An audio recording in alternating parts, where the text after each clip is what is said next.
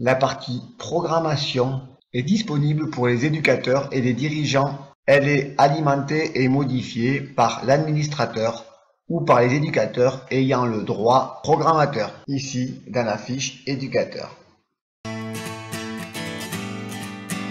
Le coordonnateur va donc créer plusieurs volets dans cette partie programmation et seuls seront visibles par les éducateurs ceux qui sont cochés dans cette case. À l'intérieur de chaque volet, nous retrouvons différentes parties et pour chaque partie, des documents associés, mais aussi des vidéos sur la droite pour récupérer le document. Ici par exemple, plan de séance, il suffit de cliquer sur télécharger. Pour visionner la vidéo, il suffit de cliquer.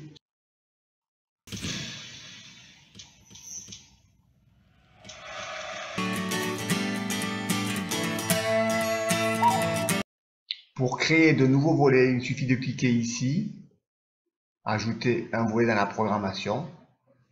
Ici par exemple, cycle 5, visible ou pas par les éducateurs. Associer ici l'équipe, le groupe et enregistrer. Le cycle apparaît ici. À l'intérieur du cycle, on peut ajouter des chapitres. Entraînement du lundi par exemple.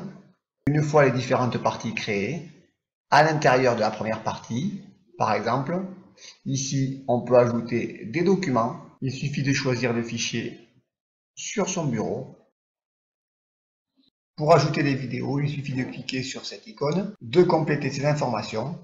Vous pouvez également récupérer les vidéos dans la partie base de données partagée, vidéos partagées. Ici par exemple dans rugby M14, la technique individuelle, le plaquage. Je choisis de récupérer cette vidéo. Je vais donc sur ici, je choisis ici la partie programmation. Je retrouve mon groupe M14. Cycle 5, entraînement du lundi, sauvé. Et également en préparation physique, renforcement musculaire. Ici, mon groupe M14, cycle 5, entraînement du lundi, sauvé. Les vidéos est donc bien disponible activement. Si je retourne dans ma partie programmation, cycle 5, entraînement du lundi, les vidéos ont bien été importées sur la base.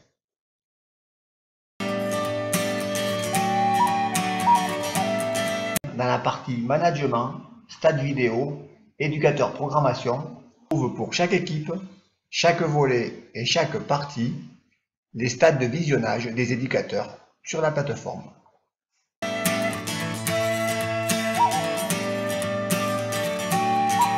Pour finir, dès que l'on crée sur l'agenda un événement compétition ou un événement entraînement, un volet suivi entraînement compétition apparaît. Ici, cliquez sur la flèche, choisir par exemple entraînement. Et ici, tous les éducateurs peuvent rajouter des informations, soit en amont, soit après les entraînements. Ici, par exemple, choisir l'entraînement. L'option envoyer aux éducateurs va envoyer ce message par mail à tous les éducateurs. Par exemple, proposition pour le prochain entraînement, prévoir évaluation, passe, plaquage, rec. Enregistrer. De même ici pour le suivi compétition. Après chaque compétition, il est possible de mettre un résumé du match avec points forts et points faibles de l'équipe. Pour ajouter une information, cliquez ici, choisir la date de la compétition.